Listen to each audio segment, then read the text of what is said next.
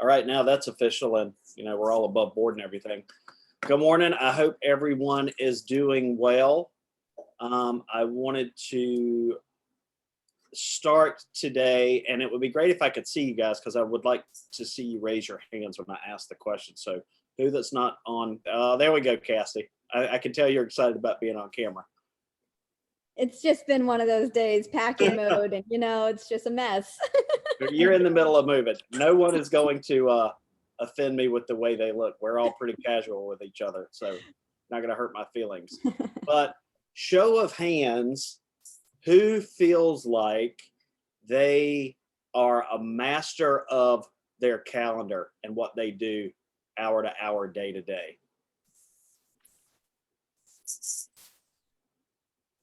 I believe it for Hard Brandon. no. I just know that how he goes about it. Ginger, thanks for jumping on. I was asking people who could jump on camera, show of hands, who feels like they're a master of their schedule and in control of what they're doing day to day. Oh, you want us to raise our hand? If you think that you are master of your calendar. Okay, that's good enough. I appreciate the honesty. So out of everybody on the call, well, we got 13 people on the call. 2 think that they're a master of their calendar. Is that right? Anybody else want to pipe up and say that they are? I think I am. Lisa? Yep. Lisa, I would agree with you. My kids else? are the master of my calendar. That's fair. Yes, what Felicia said, 100%. That's a good point. My squirrel brain is the master of my calendar because I have great expectations and I allow myself to get sidetracked very easily. I appreciate that transparency and accountability to drop all the corporate words. That's very big of you, Ginger, not to blame anything else. Not that anybody else was blaming anything. No, I'm blaming my kids. Okay, that's fair. Anybody else want to comment on why they are or aren't a master of their calendar? I only blame my kids in the summer. That's in the fair. school year, that's totally my fault. That's fair. Okay, I appreciate that. That's a different look at it. Anybody else? I'm sticking with that. I am, because I allocate a certain amount of time for flex of that. I know something is going to blow up. So I purposely leave space in the calendar for chaos. Like today. I love that, Charles. I leave space in my calendar for chaos. Now that's a great way to put it. All right, Brandon, we all know that you're very type, like capital A. So tell us how you go about managing your schedule. I mean, I just have a priority. I've got stuff that I want to do every day for me. And I have to get that time in for me to feel good about myself. So everything takes a back seat to that. Because I know if I don't feel good about myself, I'm not going to feel good about everything else that I'm doing, or something for Amber or something like that. Or if I take the dogs to the vet or whatever. So, I build my day around that and I fit in as much stuff as I can. But unlike Charles, which is something that I could get better at, I don't have much flexibility at all. At the same time, there are times where I could make time to be flexible and do stuff, and I will if I want to, but most of the time I don't. I like schedule. I really like the way that you preface that. I build it around me. And, the whole purpose of this isn't to build your life around work. It really is that approach. It's to build work within your life. But you have to start by prioritizing things so you can start to fill those spaces, right? It all starts with having a plan and having kind of a mindset and an approach to it. Anybody else? Ginger, were you going to say something? I just said I wanted to be like Brandon when I grew up. I think we all do to a degree because he stays on top of his stuff. Well, I will tell you at the same time, there are some downsides to being such a red ass and having, such zero flexibility. We want to keep this positive. I miss out on stuff. Sometimes I want to join people for lunch or whatever, or go out. I just can't do it. Sometimes it's annoying being rigid. You know, that every time I had Doug take me off Zillow last night because I'm sick and tired of the phone ringing. It's getting on my nerves. It's ringing so much. At the same time, I know that every time that phone rings, that is possibly a deal that I'm taking away the opportunity for myself from. Right. So it's a little bit of a balancing act. I'm not so sure I would wish myself on anyone else, if I'm being honest. Well, you know how I owned my squirrel brain, Go for it. right? Well, I'm folding laundry as we're having this conversation, and I just have to share the shirt I got for tomorrow because I have 2 closings tomorrow. Nice. No, Oh, that's great. awesome. Make sure you wear that and get a good picture. That's fantastic. You Yes, I totally- had a session yesterday with my social media person. So I'm working on, I bought all the filters and stuff to make really pretty pictures. Nice. Well, Cool. it all, just like we're talking about our calendar, anything starts with a plan, right? Have some intent going into it. Don't just go into it because that's what pops up next. Try to be prepared for things and go in anything that you're doing with intent to accomplish something. You know, always have a goal. It's like we talk about prospecting. Prospect with intent. Don't do it to get your hours or your minutes or your conversations. Do it because you're trying to achieve something. And if you do it with that intent to provide value and get something to help move the ball down the field, then you'll achieve your goal. Anybody else want to just comment on their own individual perspective or approach or how they try to manage the chaos? I think for me, and I hope I'm getting better, I'm trying to get better, is I've been a stay-at-home mom for almost 12 years. So like this is my first like time really like for me to work and do things that aren't just for the kids. You know, and so I'm trying to pull away from that, but then also as my kids get older, they seem to just get more busy and busy. And so it's like it's just the balance for me, like working again and still doing the mom thing is a hurdle that I'm trying to. Absolutely. And I mean, I would probably say that makes trying to focus on knowing when you're trying to do things and having time blocks to do things even that much more important, because the busier you are, the harder it is to squeeze things in that need to get done if you're not planning for it, or at least trying to plan for it, right? That's a great point that you made. All right. So who remembers seeing this? Does anybody know what this is or even remember what it is? Or have they seen their own lately? That is the ideal weekly schedule. All right. Tell us about it, Felicia. So this is a template for what your ideal week should look like, and you should try to stick to it as close as possible. And you Right. should post it on your desk and on your refrigerator and on your cork boards and in your car. Tape it And to by your the steering toilet. wheel, right? Write it on your hand. There Where you you do your go. makeup. Take a picture. So let's talk about what this means and why it's called ideal. Why is it called ideal? Because it can It's a plan. change. That's exactly Yeah. right. What'd you say, Nate?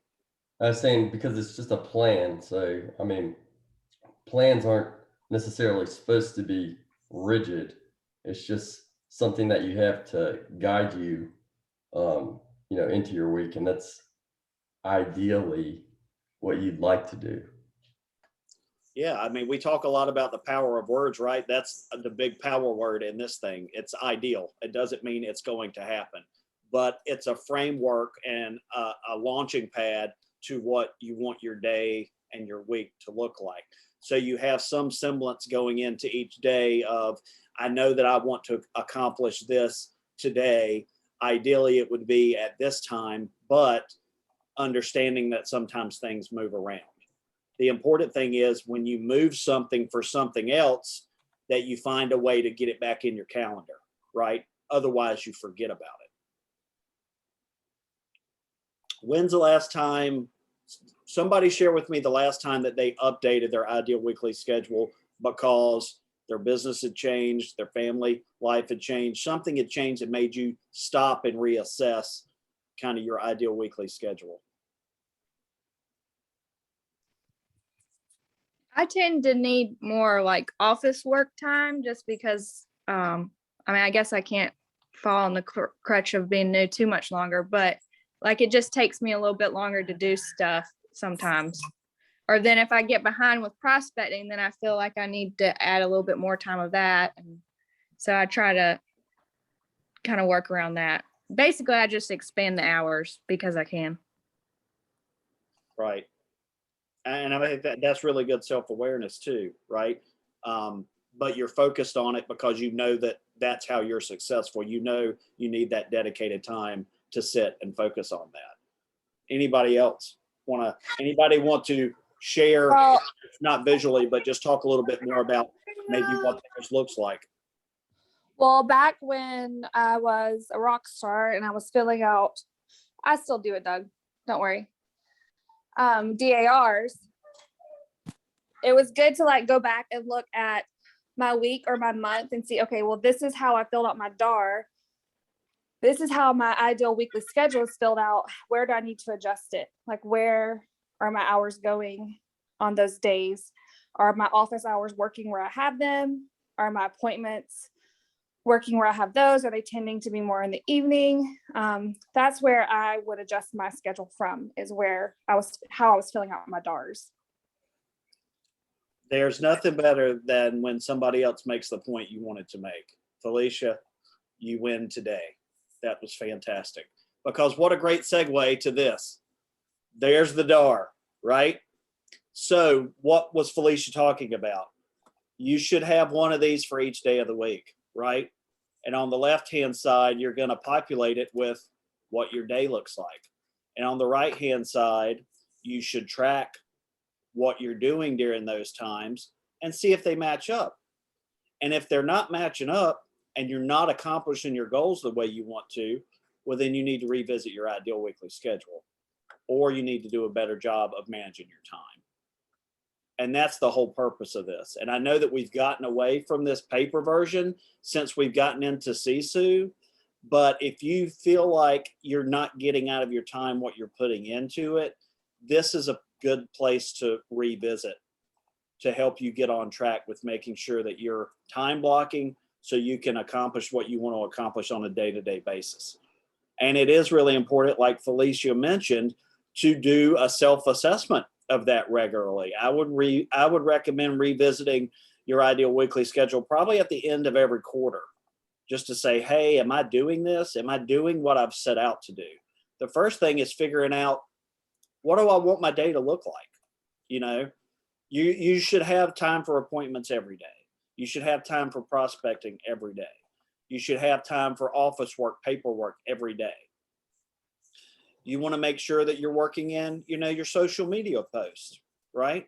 There are a lot of things that you want to work in. Hopefully you've got our pipeline call in your schedule so you can focus on reviewing your systems and pipeline while we're on the phone together. I know that's not always possible, but ideally that's what that time block would look like. So we're looking at the screens at the same time so we can see the same things and you can really focus on the things we talk about you need to work on.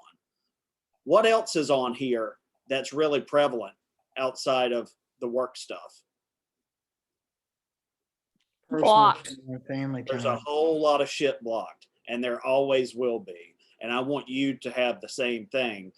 But it's just like with your work. If you're not setting out to do it with intent and focusing on doing those things, it's going to be really hard to achieve it.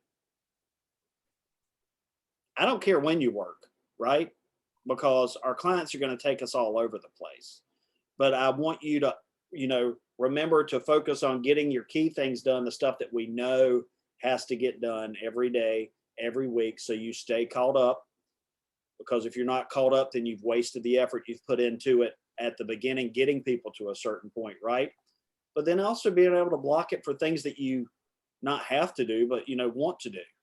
The fun things in your life you want to do too. Dinner with your family, lunch with a friend, kids' ball games, travel, all of that stuff. But you have to make it a priority to focus in on it and make your calendar work for you. And part of that also is the expectations we set with our clients up front, right? You don't want to set the expectation that you're going to always drop the ball every time somebody needs something if they're not doing the things that you've set out that they need to do to be successful in the first place, right? You don't want to be answering texts and calls at dinner, when you're sitting down with your family, for somebody who's not doing the things that you're asking them to do or that you just know aren't ready. It's also about prioritizing what needs to be prioritized, right? Knowing which fire needs your attention and which fire can burn a little bit longer.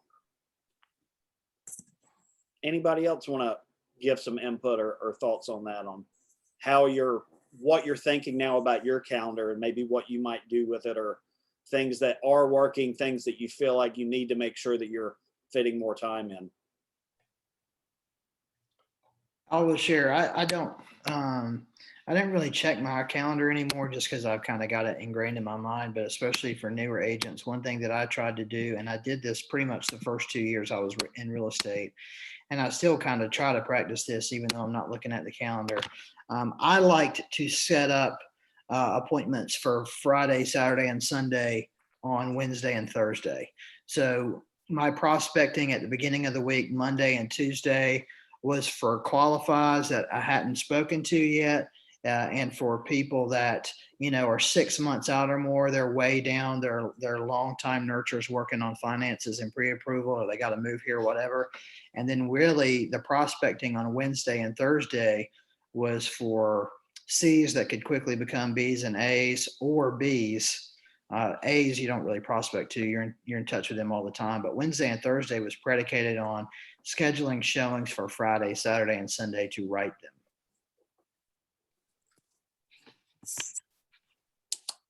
And I mean, that's a great approach because, you probably will do a lot more business on the weekends.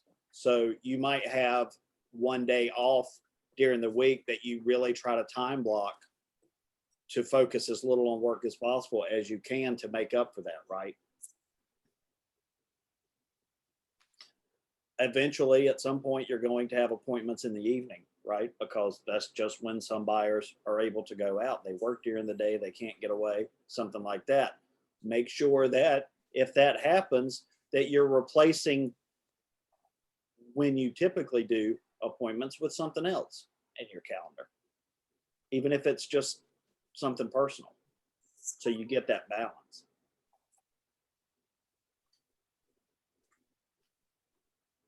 Any other thoughts?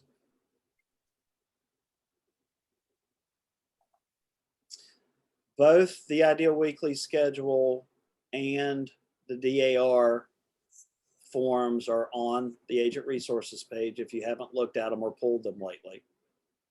If you feel like you're struggling with your calendar, this is what I recommend you do, and this is what I did when I was a newer agent. This document is on the resources page as a Google Doc, so you can save it and then edit it on your own. I would recommend going in and repurposing it so it reflects what you're trying to accomplish, right? And then print 7 of these, fill out your Ideal Weekly Schedule for each day of the week, and then make 4 copies of it. And then that way you've got a month's worth, 4 weeks worth of DARs, and then track your activity for a month and see if you're able to accomplish what you set out to accomplish. And if you're not, reassess, rework your calendar, maybe based on what you are doing, and then see how you can make them work together. Any thoughts about that? Questions? Who's going to actually do it? I'm definitely going to do it. I was just having a conversation with Pete the other day. Like, you feel unsettled if you don't have, like, I like a schedule and routine, and I'm looking forward to the kids going back to school for that reason. You're forced to get your day started earlier, and I think the beginning of the school year is always a good time for me to start new habits or try to get back into the swing of things. That's a great point, Ginger. Absolutely. Use it as a way to kind of recalibrate what you've got going on. I think that's an excellent point. Well, I encourage you to do it. I think it would be a good discussion for us to follow up on in about a month to see where people are with it and hopefully how it's made an impact and help you get better control of what you've got going on. The best part about real estate is what? We basically work for ourselves a lot of time. It's your business within another business. The worst part about real estate is, to a degree, you're your own boss.